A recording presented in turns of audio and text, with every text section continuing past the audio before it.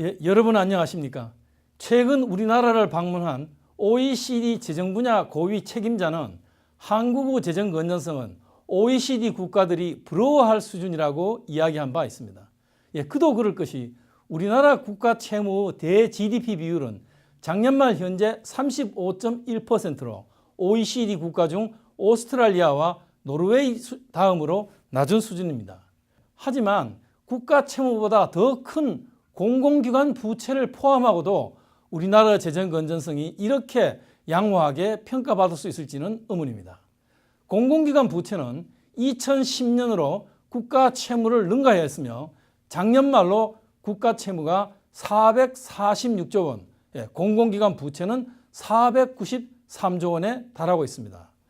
표에서 보시는 바와 같이 MB정부 5년 동안 국가 채무는 145조 원이 증가한 반면에 공공기관 부채는 무려 252조 원이 증가했습니다. 그 결과로 정부와 공공기관을 포함한 공공부문의 부채는 금년으로 1천조 원을 돌파할 것으로 예상되고 있습니다. 이와 같이 공공기관 부채가 급증하자 박근혜 정부에서는 향후 5년 동안 국가 부채 증가 규모를 MB정부보다 소폭 증가한 164조 원으로 또 공공기관 부채는 80조 원 증가에 그치는 것으로 계획하고 있습니다. 박근혜 정부는 공약가계부 134조 원의 사업을 추진하고 있습니다. 이 공약가계부의 사업을 추진하고도 향후 5년 동안 국가 채무 증가를 164조 원에 막고 또 공공기관 부채를 80조 원 증가에 그치도록 한다면 재정면에서 박근혜 정부는 매우 높은 평가를 받아 마땅하다고 할 것입니다.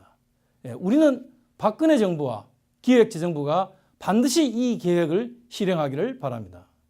문제는 기획재정부가 과연 이 계획을 실천할 수 있느냐에 있습니다. 여러분은 어떻게 생각하십니까? MB정부도 2008년 세운 계획으로는 5년간 국가 채무 증가를 108조 원에 그칠 것으로 추정했습니다마는 실제로는 계획치보다 무려 47%가 큰 148조 원의 국가 채무 증가를 기록했으며 공공기관 부채 증가는 이보다 훨씬 더 큰 252조 원의 증가를 기록했습니다. 왜 이렇게 공공부문의 부채가 늘어났느냐고 한다면 MB정부도 세계 금융 위기 극복을 비롯하여 여러 가지 할 일이 많다고 이야기할 것입니다.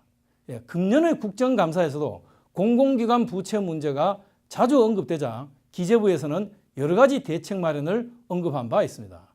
부총리는 공공기관 부채 관리에 특별 대책을 마련하고 연말까지 공공부채 통계를 공개하겠다고 했으며 또 이 차관은 중장기 재정 건전성 회복을 위해 공공부문의 재정 위험 요인에 대한 관리를 강화하겠다고 했습니다.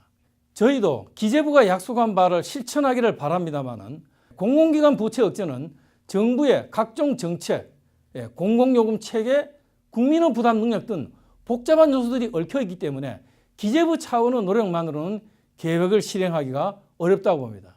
지금까지 공공기관 부채를 기재부가 제대로 통제하지 못한 데는 그만한 이유가 있고 그 원인이 개선되기 전에는 기재부가 소기의 공공기관 부채 통제를 제대로 잘할 것으로 기대하기는 어렵다고 봅니다.